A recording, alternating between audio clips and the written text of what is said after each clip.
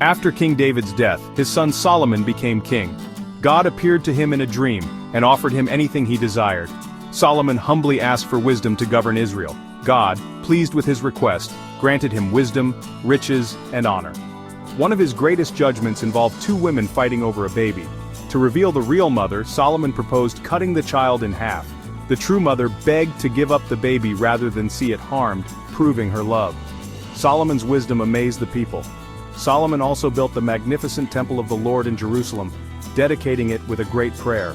However, despite his wisdom, he later fell into sin by marrying foreign women who led him to worship false gods. Because of this, God declared that the kingdom would be divided after his death.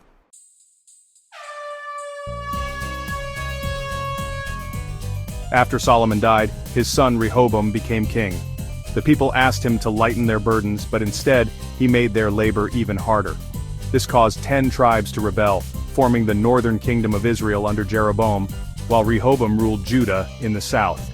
Fearing that his people would return to worship in Jerusalem, Jeroboam built golden calves, leading Israel into idolatry. This rebellion angered God, who sent prophets to warn of coming destruction.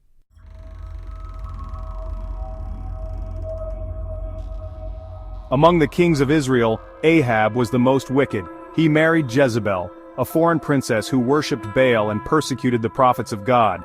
Together they led Israel into deep rebellion. In response, God sent the prophet Elijah to confront Ahab. Elijah declared that there would be no rain in Israel until the people turned back to God.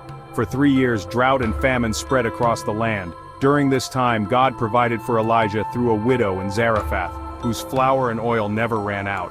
When her son died, Elijah prayed, and God brought the boy back to life.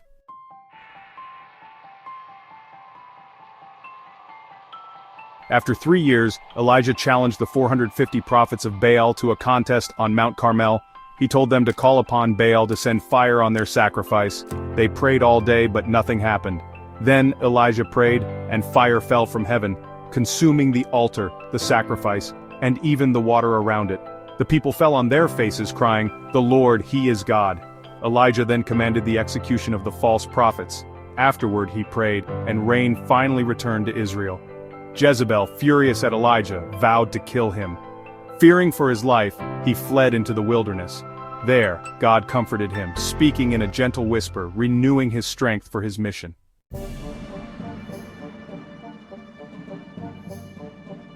Ahab continued in wickedness, stealing Naboth's vineyard and murdering innocent people.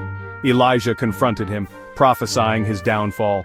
Dogs would lick his blood, and Jezebel would be eaten by dogs. Later, Ahab was killed in battle, and his blood was licked by dogs, fulfilling the prophecy. Jezebel met a gruesome end, thrown from a window, trampled by horses, and devoured by dogs, proving that God's justice always prevails.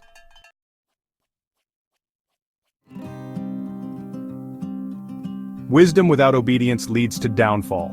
Solomon's wisdom did not save him from idolatry. Pride destroys leadership. Rehoboam's arrogance divided the kingdom. Idolatry leads to destruction. Ahab and Jezebel's rebellion led to their downfall. God is the true power. Elijah's miracles prove that the Lord is the only true God.